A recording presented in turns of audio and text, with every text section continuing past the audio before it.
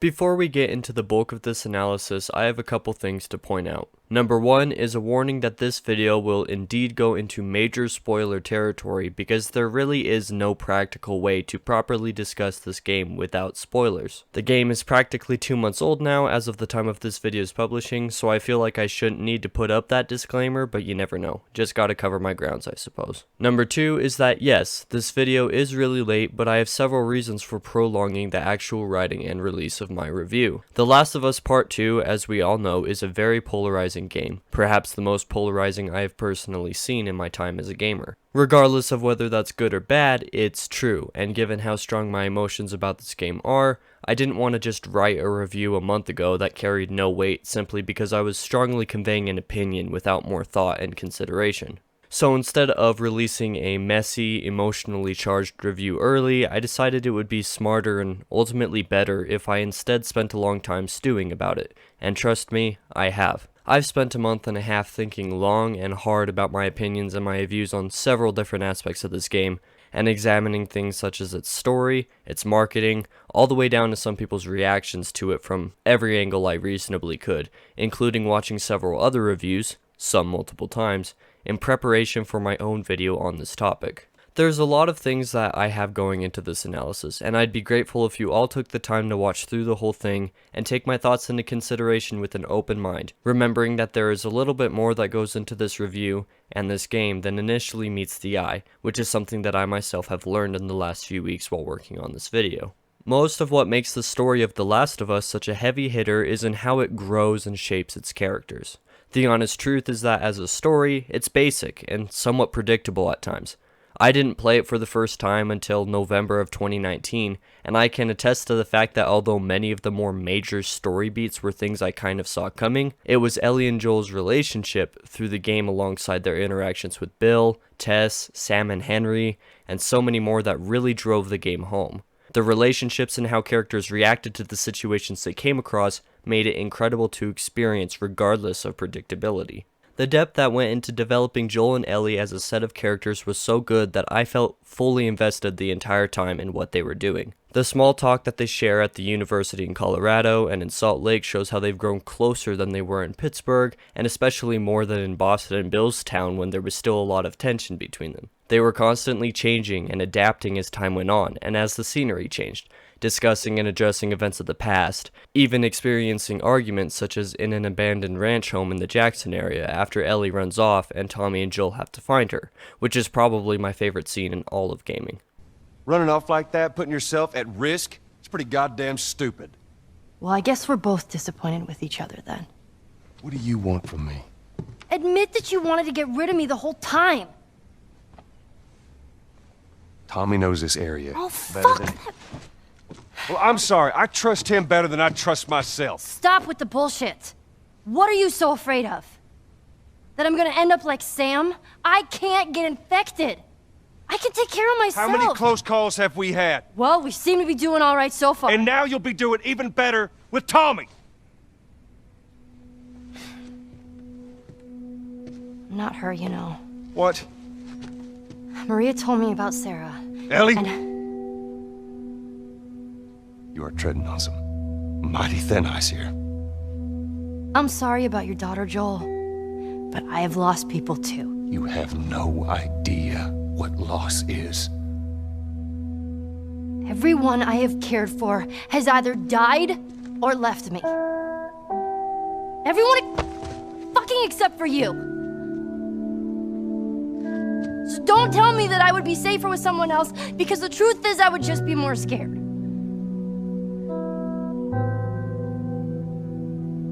You're right.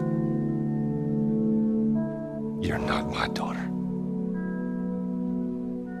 And I sure as hell ain't your dad. And further than the relationships, the ending of Part 1 had a lasting impact on players as well.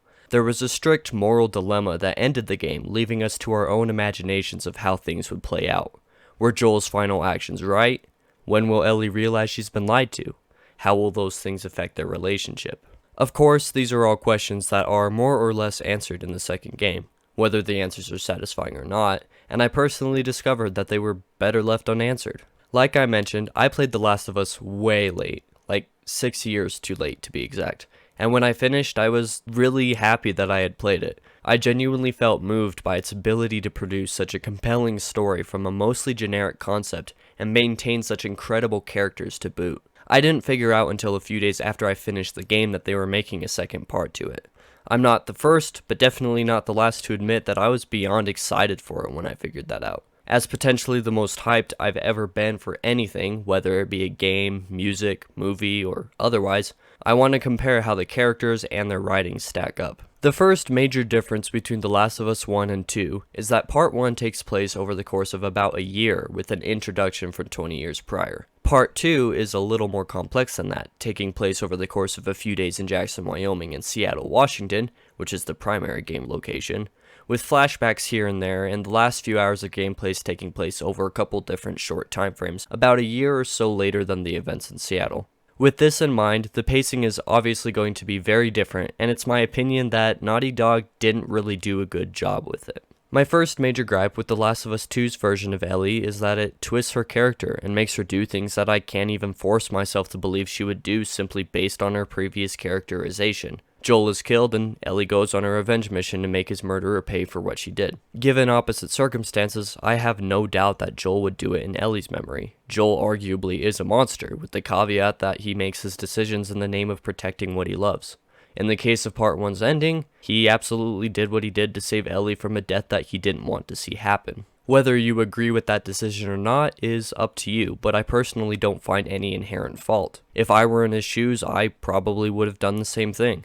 Regardless of the fact that real-life science proves in every way that it was not possible to obtain a cure from Ellie in the way that the Fireflies were trying to do so, I still believe that Joel was justified in doing what he believed to be right, even assuming that the doctors indeed could have made the cure. In Part 2, if Ellie had instead been murdered and we played as Joel chasing after her murderer, this plot would make at least a little bit more sense in my mind, since that would fall more under the establishment that Part 1 already gave us regarding Joel's character, as well as his motivations. Joel would do anything for Ellie at this point, and despite the two of them being on shaky terms in the time frame of the beginning of Part 2, he still says that he would do everything all over again because he cares for her so much. I was supposed to die in that hospital. My life would have fucking mattered. But you took that from me. If somehow the Lord gave me a second chance at that moment, I would do it all over again.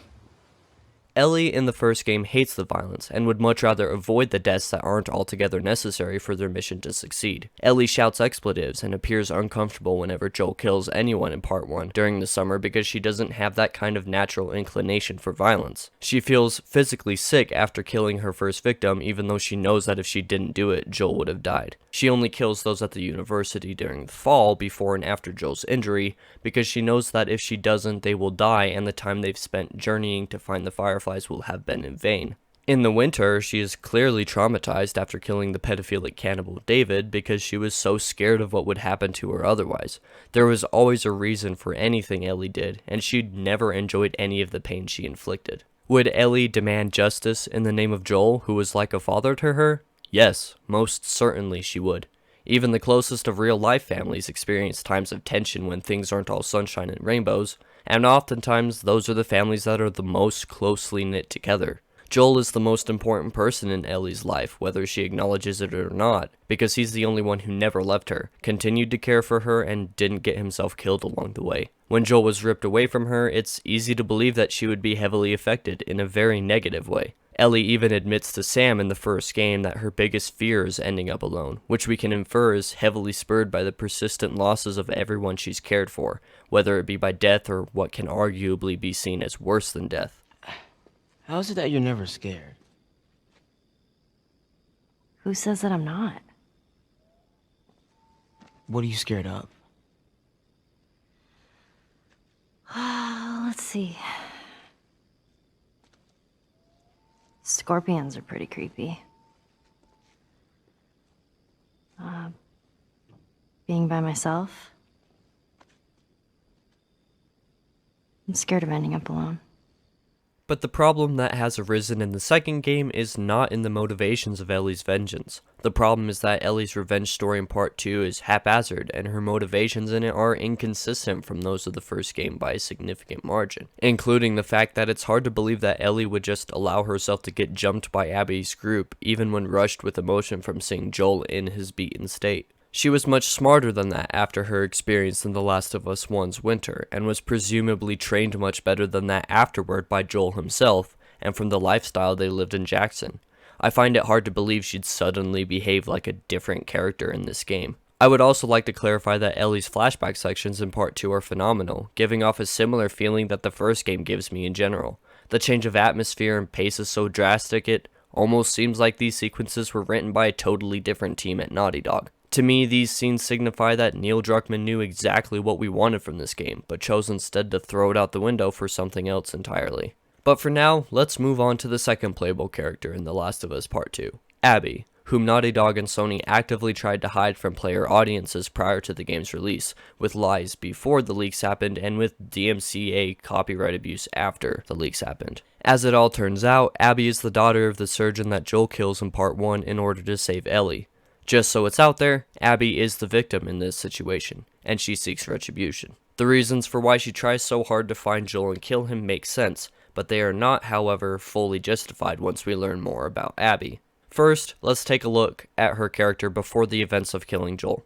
Abby is part of an organization in Seattle called the Washington Liberation Front, shortened to the WLF, known as Wolf to some, which actively attacks, kills, and views the Seraphites, a religious faction that resides in the same approximate location as the WLF, as subhuman, undeserving of life.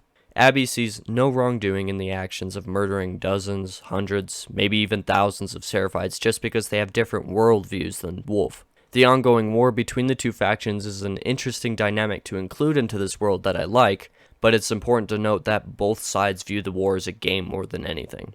Anyway, even within her own community, Abby doesn't appear to really care about anyone but herself and her immediate friends. That is, until she comes across Yara and Lev, two Seraphites who help her escape from the main Seraphite body after being captured. The reason this irks me is because it just doesn't even make sense. Yara and Lev may be outcasts among the Seraphites, but Abby, shortly after becoming acquaintances with them, becomes willing to fight, turn against, even eventually kill her former group to see to their safety. It's a very random character trait for Naughty Dog to give to Abby as a character, and only begins to make sense once you understand one key point, that she was pretty much only put in that situation in the first place to give her the facade of being more human, so that players might be more willing to accept her after she murdered Joel. And speaking of Joel, it seems very odd that she would be so appreciative and defensive of Yara and Lev when she would then not give a flying rat king about the fact that Tommy and Joel saved her from certain death, all in the name of what? Revenge? If so, that's petty as hell and beyond hypocritical. As another YouTuber, theDeModcracy, puts it, Abby stopped being a victim the moment she began killing out of self-interest rather than survival. And you know what? He's absolutely right. As soon as she stopped killing solely for her own survival, her actions are no longer justified in my mind. The fact that she remains mentally and emotionally unchanged after killing so many simply makes no sense as well, since Ellie is very obviously being destroyed inside of herself from the path of revenge that she realistically probably wouldn't even take in the first place. It's obvious that Naughty Dog intended to draw parallels between Ellie and Abby just to make Abby seem more innocent than she actually is, and make Ellie more evil than she actually is. The haphazard structure of the story, with Ellie's modern-day gameplay mixed with flashbacks and then playing through flashbacks and semi-modern and actually modern time events as Abby, makes it hard to understand what's going on and what tone the game is actually trying to achieve. The entire thing is just messy. Abby appears so incredibly sucked into her own path for revenge that anything and everything else doesn't matter. How she would have been able to convince her friends to come along for the ride beats me. I understand the point and reasoning of her revenge plot, but it feels so structurally weak, half-assed, and underdeveloped with such an erratically inconsistent pacing that it doesn't do anything to move me, and it obviously has had the same effect on countless other players. As players, we are introduced to Abby's character running off from her group into the wintry wilds, not knowing what she's doing at all because of reasons, I guess. Most likely it's just because she's incredibly impatient and thinks that Joel is relatively close to her grasp. The whole first sequence that we play as Abby is honestly just very hard to understand. It's there just to be there. Then, I believe it's the next time we play as her when we get stuck in a deadly situation, we're saved by Tommy and Joel, and then we kill Joel, in front of Ellie. At this point in the actual game, literally only about 2 hours in, we know absolutely nothing about Abby's past, her motivations, her desires, nothing. So witnessing her suddenly bash in Joel's face with a golf club in front of who is essentially his daughter, no less, while she begs for Abby to stop, is jarring, to say the least. And more than that, I don't know a single player who witnessed this and didn't instantly hate Abby. Now, you might be saying as a defense that maybe we were meant to hate her from the very start, but to rebuke that suggestion, the rushed humanization that the game tries to give us throughout the second half of the game while we play as Abby simply doesn't work either. The entire second half of the game is like walking through a mile of waist-deep water following swimming in a marsh. It's so long and boring that it's more of a burden than anything to get through, while also not being enough water to fully wash away the grime from the marsh. The whole concept of making Abby a more likable character the way that Naughty Dog did was far too little, far too late. It's like going on an excursion to the beach, getting terribly sunburned, returning home after the fact and applying sunscreen then. It does nothing to prevent the burn that already happened, and by that point is a waste of time and effort, not to mention a waste of sunscreen. And none of this even fully acknowledges the facts that, 1, the circumstances that led to Abby being able to kill Joel are already incredibly coincidental and not believable at all, almost as if Druckmann wrote the entire story but forgot to actually kill Joel and then did so at the very end as an afterthought, as well as 2, Neil Druckmann himself stated in 2018 that Ellie would be the only playable character in the game, which was a direct lie similar to the lies of not having to kill dogs in the game, there is at least one scripted dog death, as well as the others involving Joel, which I'll get to later.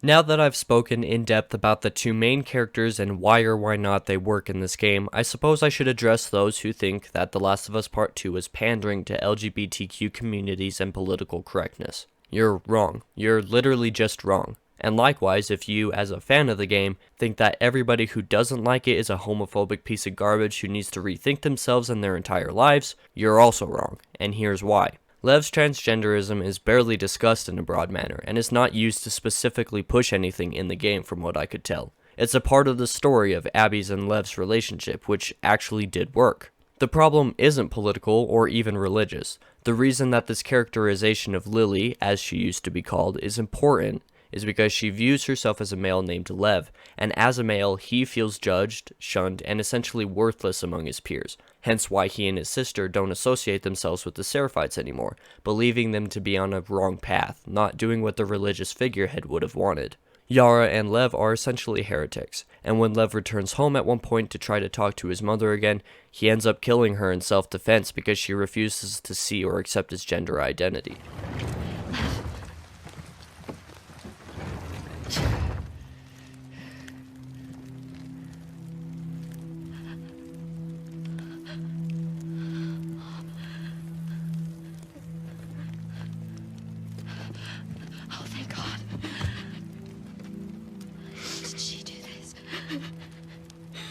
I just tried talking to her. I tried to make her understand. But she just kept yelling. She started chasing me. I tried to make her stop. I was just pushing her off of me. She hit the table. Listen, you were defending yourself. You did nothing wrong. I actually love this scene, to be completely honest, one of the few actually emotionally impactful moments during Abby's storyline. Although there could be religious implications or jabs happening here, in the context of this story, this felt completely natural and human to me, and I firmly believe that there was no intended malice or political agenda being pushed with this like some people say. I also say this as a religious person. As I previously stated, the problems with The Last of Us Part 2 lie not with its politics, but instead lie heavily in its essential themes.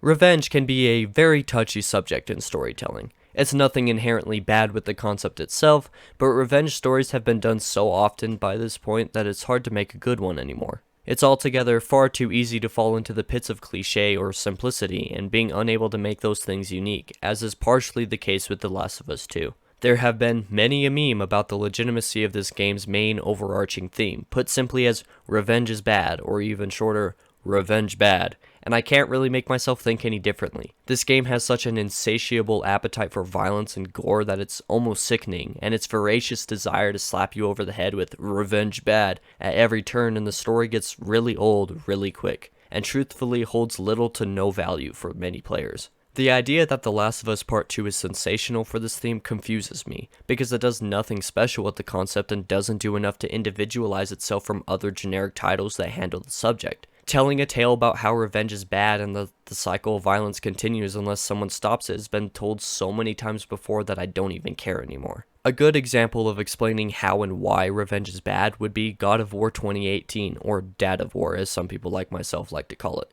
That game follows Kratos in the land of Norse gods many years after the revenge story that is the original God of War franchise. As the nickname suggests, Kratos is now a father in the game, and his son, Atreus, knows nothing of his past, because Kratos does not wish to curse his child with it. Kratos is ashamed of his past actions and has chosen to end the cycle of violence. And when he finally has to tell his son the truth, he on multiple occasions says things along the lines of, "We must be better," and "We are the gods we choose to be," after Atreus asks if godhood always resorts to children killing their parents. That is an intriguing and very unique way to say revenge bad without trying to paint it so black and white. The idea of vengeance isn't carved quite so simply, so Neil Druckmann acting like it is just doesn't work effectively. At one point in The Last of Us 2, there is a false ending where Ellie lives happily with Dina, her partner, and they have a kid together.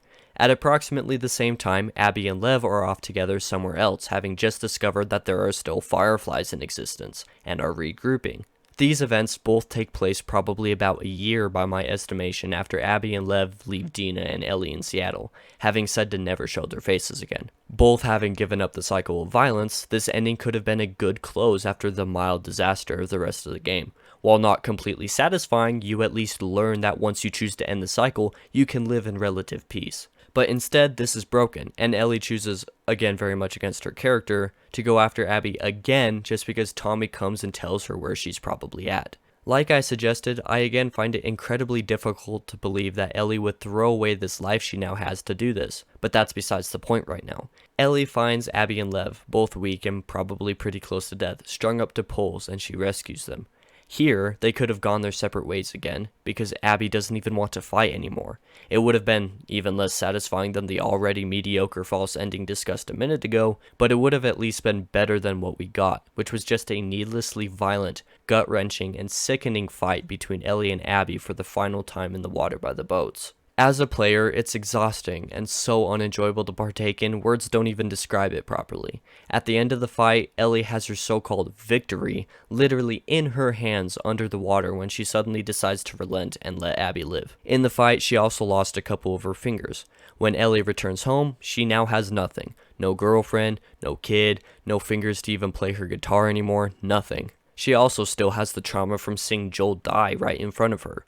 Meanwhile, Abby was able to ride off with Lev, having suffered no mental unraveling from anything prior in the game, and having lost very little throughout the title that appeared to mean anything to her aside from her father years prior to the main events of the game, who she never witnessed dying, in direct contrast to Ellie. In short, both Ellie and Abby could have actively ended the cycle of violence and been happy, or Ellie could have actually continued the cycle and been miserable, and either of those endings would have at least proven the point that they were going for. Due to the fact that Ellie does not continue the cycle and implicitly is miserable anyway, losing everything in the process, the point of this theme in the story is lost completely. All this ending does is beg the question of what the point was. There's no moral to the story, just revenge bad, which has already been done countless times before. One character suffers very little from her path and the other loses everything. There's no consistency in the stories of Ellie and Abby, so there's no clear-cut moral. The original game had an ambiguous ending as well, yes, but it was ambiguous with that moral dilemma we talked about,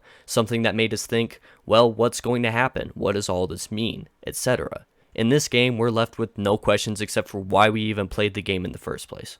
But instead of ending this here, I want to discuss an idea that I believe the game actually did and explained very well. Those who haven't personally experienced the kind of grief or loss displayed in this game have no way to fully empathize with the characters and their emotions, which makes sense. Even those who have experienced that kind of loss can't fully understand the pain because that's human. We all experience things differently, and that's really the novelty of how The Last of Us 2 portrays it, isn't it? This is obviously just a video game, so for me to describe this game's themes of loss as fully human is an admittedly strange thing to do. It's not like Ellie and Abby and the other characters of this universe have legitimate emotions, only emotions carried out by their actors as given to them by the writers. With that in mind, it's incredible how well this game manages to make the mourning of its characters seem real. Even if they aren't actual people, you can look at Ellie smelling Joel's jacket in his Jackson home, or Abby tearfully collapsing to the floor of the Salt Lake City hospital in the arms of another doctor, and understand that those are things that real-life people would do and experience following the loss of a loved one. For the record, the actors for this game did an amazing job. I may not like Abby's character or the character that Druckmann made Ellie become, but the acting was still top-notch, and I could never imagine knocking this game on that front. Similar to its visually astonishing nature, the acting of The Last of Us Part 2 is objectively good, even if what was being acted wasn't. By now, it's commonly known that in interviews with certain publications such as Games Radar, Neil Druckmann lied about certain aspects of the game. Shown on screen now is how we were led to believe that we would not have to kill any dogs in this game. That is actually true to an extent. It's pretty damn hard, but you can go through each section without killing any dogs, except for one. There is one dog that is scripted into the game that you must kill as Ellie. Considering that these publications came out in the months before the game was released signifies that Druckmann knew he was lying. I've already discussed the lie of how Ellie was originally supposed to be the only playable character, but on screen now is the proof that that was said by Druckmann, the game's primary writer. Many theorized back then that he was purposely deceiving, but the fact that he actually was, and then gave us half of the entire game to play as Abby, knowing full well that we would hate her, seems pretty fraudulent. In addition to these, there were also lies about Joel and his involvement in the game. On screen now are the comparison of screenshots from pre-release teasers compared to actual in-game screenshots, which show different character models for both Joel and Ellie so that we would believe that Joel would have more involvement in the modern day story of the game. I will clarify again that the flashbacks with Ellie and Joel are probably the best part of the entire game, but that doesn't change the fact that we were directly deceived in such a manner. Perhaps an even bigger lie regarding Joel, and what ticks me off more, is this.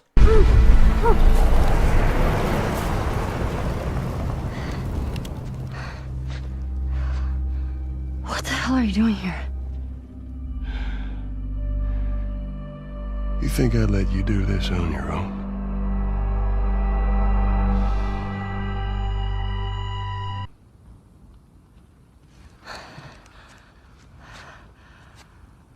What the hell are you doing here?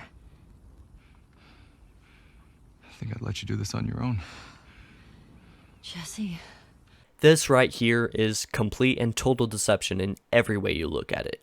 We were led to believe in a trailer from late 2019, just months before the game was set to come out originally, showing Joel in this position. By that time, there's literally no chance that they decided after that to replace it with Jesse, which signifies again that this is a complete lie on the part of Sony and Naughty Dog to deceive its audience pre-release, making us believe Joel would be in the game. Even the camera work here is awkward, making me think that they intended to lie like this all along. On top of that, this specific trailer was actually what I watched that made me really get excited for the game in general. My disappointment to have seen Joel die and for it to instead be Jesse in Joel's place during the scene is immeasurable. And I know that many have compared this to the deception of the Avengers Infinity War trailer, and I can confidently say that the two situations are entirely separate. Take the difference in Thanos' gauntlet here,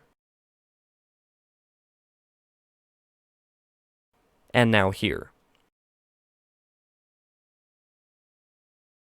There's obviously a difference in stone count. That's indisputable. What is important to note, however, is the purpose. In Infinity War, the purpose of taking out a couple stones is to avoid a minor spoiler for the climax of the film, and ultimately still end up with a very exciting and satisfying climax. In The Last of Us Part 2, the purpose of the trailer change signifies the desire to deceive the audience. Druckmann wanted us to believe Joel would be in the game more than just flashbacks. He wanted to avoid us knowing that Joel would virtually not exist in the game. Now let's compare. Infinity War. Some stones were removed. Minor visual detail, all things considered. Something that relatively few people noticed upon the film's release. Like, so few that I didn't even know this was a thing until it was brought up as a comparison for The Last of Us 2. The Last of Us Part 2 Character models were changed in pretty major and noticeable ways in some instances, and an entire character in a whole scene was changed. That is something that I and countless other players recognized immediately. When the scene with Jesse happened in the game, I was actually livid because I knew that the trailer had shown it originally with Joel. Infinity Ward's switch, again, was a minor detail to avoid a spoiler. This game's switch was many major details to avoid the audience knowing the true intentions of the creators. That doesn't even mention the fact that all trailers hid Abby from us, and that everything, even reviews put out on YouTube just 1 or 2 days prior to the game's release, were not allowed to discuss Abby or anything in the second half of the game. These rules and quote-unquote guidelines were so strict to the point that anything that featured Abby or anything from the second half of this game, including memes, were copyright claimed and blocked. To say this is all disingenuous is an understatement. This short subsection is actually one I'm only discussing and even know about because of Upper Echelon Gamers during his playthrough streams of The Last of Us Part 2, as well as in his review, all of which will be linked in the description. The Last of Us 2 actually features a sex scene partway through it, an admittedly very uncomfortable one in which they display full frontal nudity of Abby in intercourse with one of her acquaintances, whom she knows has a pregnant girlfriend. And on top of that, they get in an argument while Owen is drunk. Owen takes a verbal stab at Abby, asking if he should do to his family's killers what Abby did to Joel, and this is what leads into the scene. Sorry I grew up. You should try it. Oh yeah, how do I do that?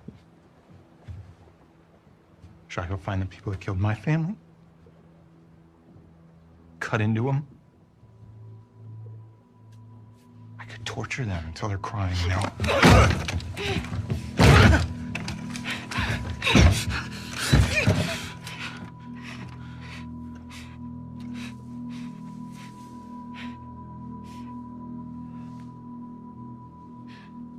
Abby. I did say it was super uncomfortable, didn't I? But I digress. As honestly gross as this entire thing is, it's not my place to say whether or not it should or shouldn't exist. It's whatever. Although I would have preferred it not, it does. The problem lies in Sony's hypocritical stance on the circumstance. Sony tends to be in the habit of hard censoring even the most minor forms of what it deems sexual exploitation in pretty severe and major ways, so it's pretty two-faced and aggravating that they did not do anything about this scene, and even actively promote and support this game in ways that they would never do if it were any other game or development team. Again, the objective problem lies not with the content itself, but instead with Sony's hypocritical position on the content. In total, there's almost nothing redeemable about The Last of Us 2, and anything from the story all the way to the marketing and actions of its creators and publisher, which is something that I hate saying as a huge fan of the first game, and as someone who is incredibly excited for this game. I've since learned from my mistakes, and will likely never get very excited for new material of any type in the future, no matter how promising it is, especially where Neil Druckmann is involved. I was originally excited for the TV series being developed based off of The Last of Us, written by Druckmann. Now I hope for nothing but failure, so that perhaps I can have my expectations met, or perhaps be pleasantly surprised by something worthwhile. Naughty Dog once said that they don't intend to create fun games, they intend to create engaging games. Well, The Last of Us Part 2 isn't fun. It's oppressive and sickening at times. With that in mind, allow me to leave you with this question. If a game isn't fun and is actively making you wish you weren't playing it, how engaging can it really be? See, there's a sequel. Wasn't as good.